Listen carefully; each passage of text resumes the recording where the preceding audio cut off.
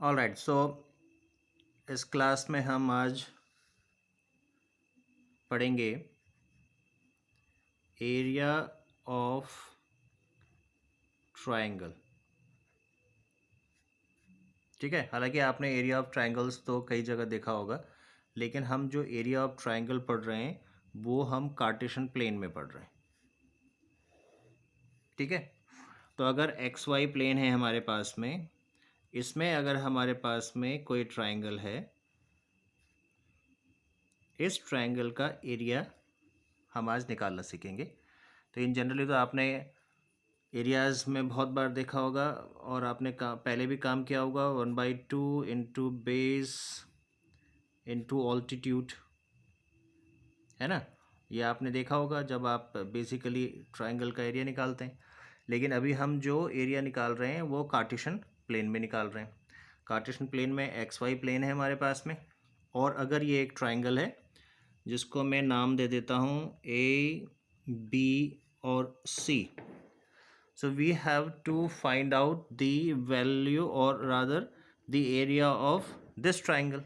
अब इस ट्राइंगल में अगर ये कार्टेशियन प्लेन में है तो हम डिफाइन करेंगे कि ए की जो वैल्यू है उसमें जो उसके कोऑर्डिनेट्स हैं रादर वो x1 y1 है। ठीक है, और बी आपके पास है, इसके कोऑर्डिनेट आपके पास में x2 y2 हैं, और आपके पास में सी जो है उसके कोऑर्डिनेट आपके पास में x3 y3 हैं। ठीक है, ये आपका ओरिजिन है 0 0। ये आपके पास में तीनों जो वर्टिसेस हैं उसके कोऑर्डिनेट हैं। और अब आप बताइए कि इसका ट्रायंगल का एरिया क्या होगा। ऑलराइट, तो अगर मैं बी से और एक्स एक्सिस पे एक परपेंडिकुलर डालता हूँ, सिमिलरली ए से और मैं एक्स एक्सिस पे एक परपेंडिकुलर डालता हूँ और सी से एक्स एक्सिस पे एक परपेंडिकुलर डालता हूँ, और इनको मैं नाम दे देता हूँ। मैंने ए बी सी दिया, इसको मैंने दे दिया डी, इसको मैंने दे दिया ई, इसको मैंने नेम दे दिया एफ। कोई कन्फ्यूज़न नहीं है इसमें। अब आप देखेंगे कि यहाँ पे हमारे पास में एक नई शेप बन कर के आई है, ए बी डी सी। ये जो शेप बन कर के आई है ये क्या है? अगर मैं इसको अलग से दिखाऊँ आपको तो ये इस तरह की एक शेप बन करके आ गई। इसमें दो पैरेलल लाइंस हैं, तो ये आपका ट्रेपेजियम हो गया। अब आप देखेंगे यहाँ पे हमारे पास में ए बी डी ई एक ट्रेपेजियम हो गया, उसके अलावा ए ई एफ सी ये दूसरा ट्रेपेजियम हो गया, और सी बी डी एफ ये तीसरा ट्रेपेजियम हो गया। ठीक है, अब हमने कहा कि आपको इसका एरिया निकालना है, तो अगर मैं इस ट्रेपेजियम के साथ सम कर देता हूँ तो मेरे पास क्या एरिया आएगा। अभी मैं इसको अलग से देखते हैं। अगर हमें area of A B C निकालना है, अगर मेरे पास में area of triangle A B C निकालना है, तो आप इसको अगर देखेंगे तो मैंने कहा कि एरिया ऑफ तो मैंने उसको ए से डिफाइन किया। एरिया ऑफ किसका, या एरिया लिख देता हूँ मैं पूरा। एरिया में दे रहा हूँ ए बी डी ई, ये वाला area A B D E, इसमें हम ए प्लस कर देते हैं area of A E F C को, तो ए ई एफ सी ये दो एरिया प्लस हो गए। तो अगर मैंने इन दोनों एरिया को प्लस किया, आप देखेंगे फिगर में, इसका मतलब मैंने यहाँ से लेके यहाँ तक और यहाँ से लेके यहाँ तक, यहाँ से लेके यहाँ तक, यहाँ से लेके यहाँ तक, इस पूरे एरिया को कवर कर दिया। तभी तो ये A B D C plus A E F C हो गया। अब अगर मेरे को केवल इसी का एरिया निकालना है तो इसका मतलब इस पूरे एरिया में से मेरे को इस वाले एरिया को माइनस करना होगा। तो माइनस क्या करेंगे हम, एरिया किसका, बी बी डी एफ और सी। ये बेसिक चीज़ अगर आपकी समझ में आ गई तो आपको पता है कि हम इसमें किस तरह से एरिया ऑफ इस ट्राइंगल का निकालेंगे। अगर आप चाहें मैं दोबारा आपको बता देता हूँ। ठीक है, हमने क्या कहा, ए बी सी ट्राइंगल है, इसका आपको एरिया निकालना है। और अगर मैंने कहा कि इस पूरे एरिया को मैं ले लेता हूँ, उसमें से मैं इस एरिया को माइनस कर देता हूँ, तो मेरे पास में इसका एरिया बच जाएगा। वही मैंने कहा area of A B C equal to area of A B D E plus area of A E F C, उसमें से मैंने माइनस कर दिया area of B D F C. Clear. अब आपको ट्रेपेजियम का एरिया पता होना चाहिए कि ट्रेपेजियम का एरिया कैसे निकालते हैं। तो उसके लिए ये अगर आपके पास में ट्रेपेजियम है तो इसमें हम जो एरिया निकालेंगे वो निकलेगा 1/2 सम ऑफ, ऐसे आप सम समझ लो, सम ऑफ पैरेलल लाइंस। तो ये आपके पास में ये और ये पैरेलल लाइंस हैं, इनका सम हो जाएगा और इसको हम मल्टीप्लाई कर देते हैं इससे। ये क्या है, distance between these two parallel lines. ठीक है, शॉर्टकट में मैंने लिखा है, समझ जाना कि ट्रेपेजियम का एरिया कैसे निकलते हैं, half of the sum of parallel lines, sum of parallel lines multiplied by distance between these two parallel lines. ठीक है, एक बार आपके फिगर पे चलते हैं। ये आपका फिगर है। अब देखते हैं area of A B D E, area of A B D E. तो इसमें पैरेलल लाइंस कौन कौन सी हैं, बी डी और ए ई। बी और डी इसका आपके पास में, तो हमने कहा 1/2। ठीक है, और अब आपको ये डिस्टेंस निकालनी होगी कि आपके पास में ये वाली डिस्टेंस कितनी आ जाएगी। आप एक देखेंगे कि ये ए ई कितनी है, y1 प्लस बी डी कितनी हो जाएगी, y2। ठीक है, ये तो सम ऑफ पैरेलल लाइंस हो गया। अब इनके बीच की डिस्टेंस इसको मल्टीप्लाई करना होता है। तो अगर आप यहाँ देखें डी ई कितना है, आपके पास में ओरिजिन से डी तक x2 है और ओरिजिन से ई तक x1 है। तो डी और ई कितना आ गया, ये आपके पास में x2 है और ये आपके पास में x1 है। तो ये जो डिस्टेंस बची वो कितनी बची, x1 माइनस x2। तो उसको आपने मल्टीप्लाई कर दिया यहाँ पे, x1 माइनस x2। ठीक है, यहाँ तो समझ में आ गया, कोई कन्फ्यूज़न नहीं है।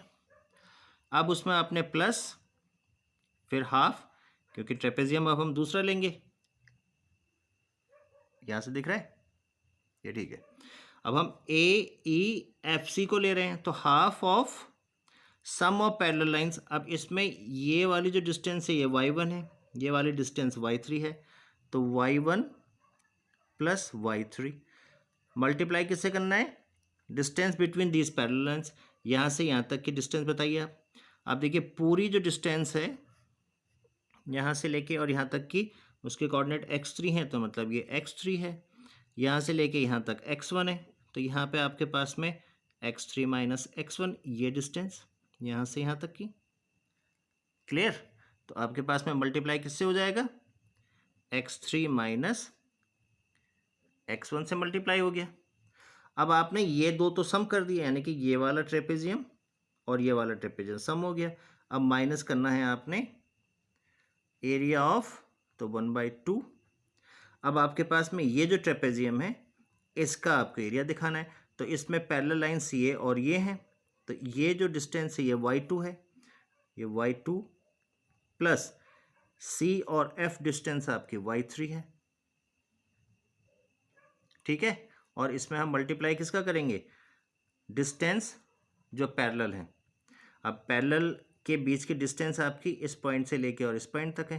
तो ये जो कोऑर्डिनेट हमने लिखा x2 और यहाँ से यहाँ तक के कोऑर्डिनेट x3, तो ये जो डिस्टेंस बची आपकी यहाँ से यहाँ तक x3 माइनस x2 हो गई। ठीक है, x3 माइनस x2, कोई कन्फ्यूजन तो नहीं है इसमें, ये तो बहुत क्लियर है, आपके पास में साफ साफ लिखा हुआ है कि कौन सी कितनी डिस्टेंस होंगी। अब आपके पास में ये इक्वेशन बन करके आ गई। अब आप इसमें इसको सॉल्व करेंगे, 1/2 को हम कॉमन ले लेते हैं, ये तीनों पार्ट में है, हमारे पास में अंदर क्या बचेगा, मल्टीप्लाई कर दीजिएगा।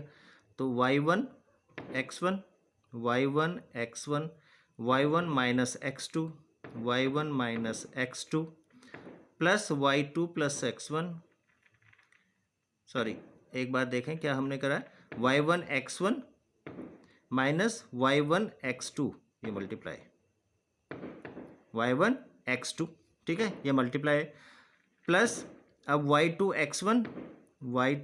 x1 और माइनस y2 x2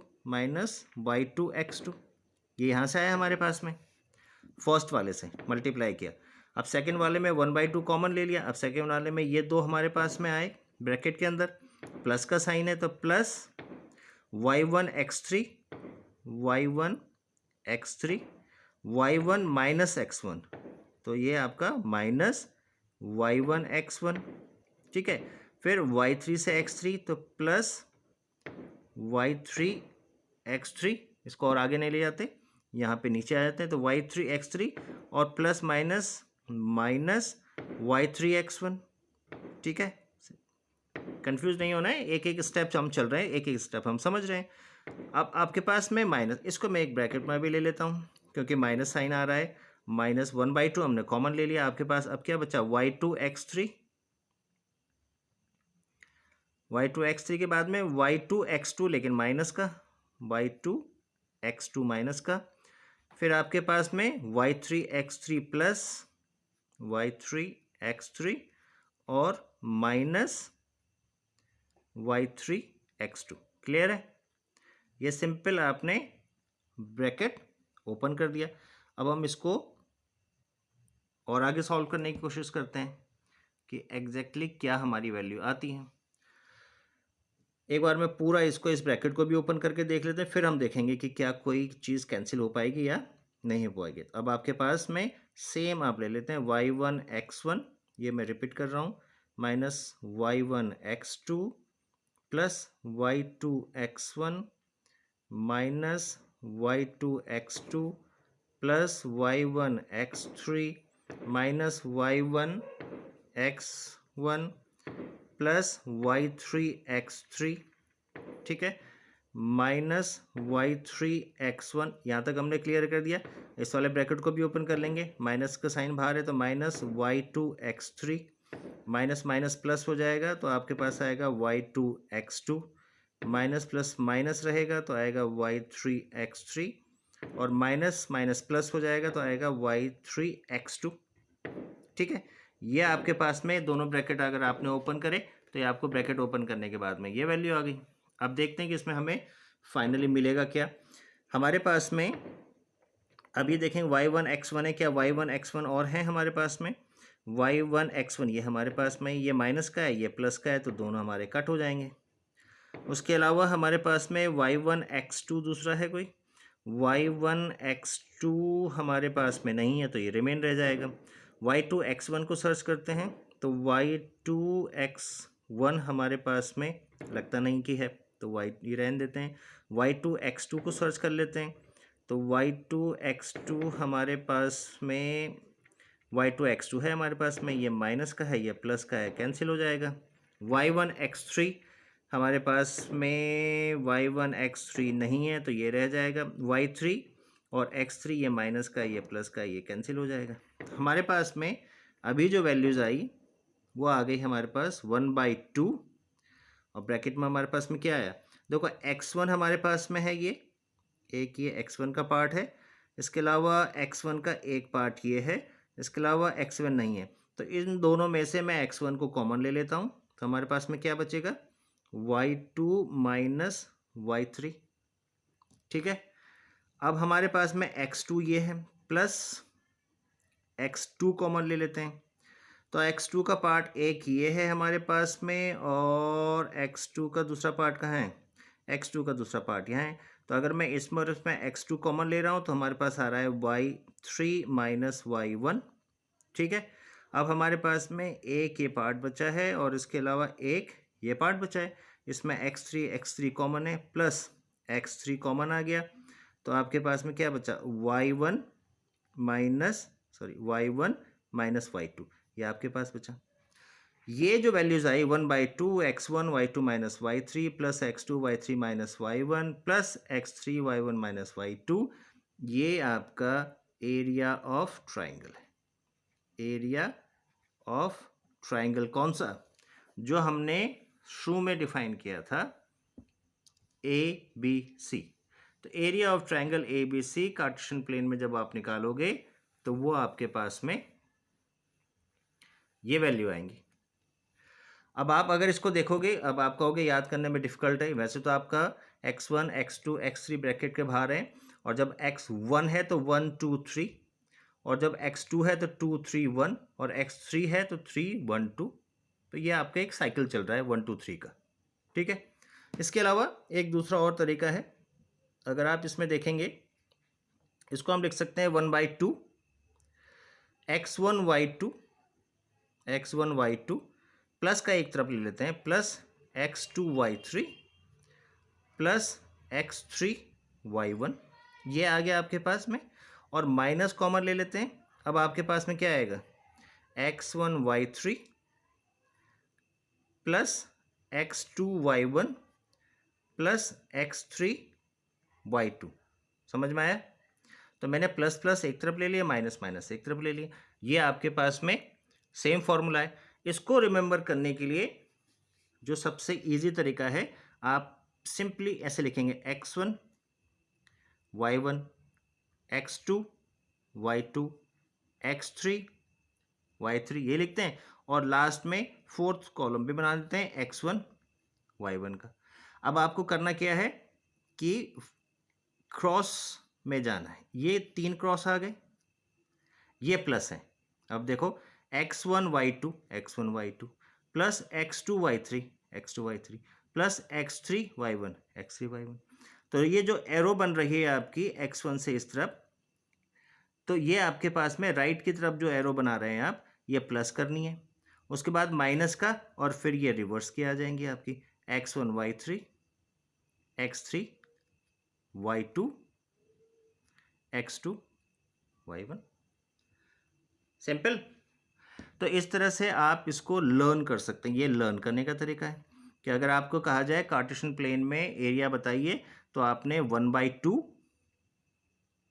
और उसके बाद में ये फ्रेम बनाएंगे, तो राइट की तरफ जो जा रहा है वो प्लस हो रहा है, फिर माइनस में जो लेफ्ट की तरफ आ जाएगा वो माइनस हो जाएगा। तो इस तरह से आप एरिया ऑफ ट्राइंगल निकाल सकते हैं, ठीक है, क्लियर। इसमें एक इंपॉर्टेंट चीज़ आती है कि अगर आपको ये कहा जाए कि कोई 3 पॉइंट्स हैं 1 2 3, ये कोलिनियर होंगे।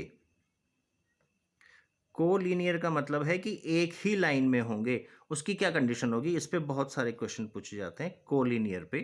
तो सिंपल सी कंडीशन है कि 3 पॉइंट्स कोलिनियर होंगे अगर एरिया ऑफ ट्राइंगल जो आप उन 3 पॉइंट से बनाएंगे वो 0 होना चाहिए।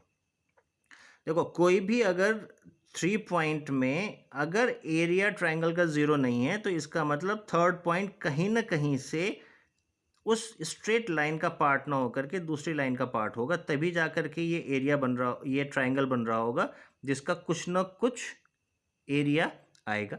लेकिन अगर एरिया ही 0 आ रहा है, तो इसका मतलब ये लाइन इस लाइन से डिफरेंट नहीं हो सकती, इसी लाइन के साथ में होनी चाहिए, तभी तो इसका एरिया 0 होगा।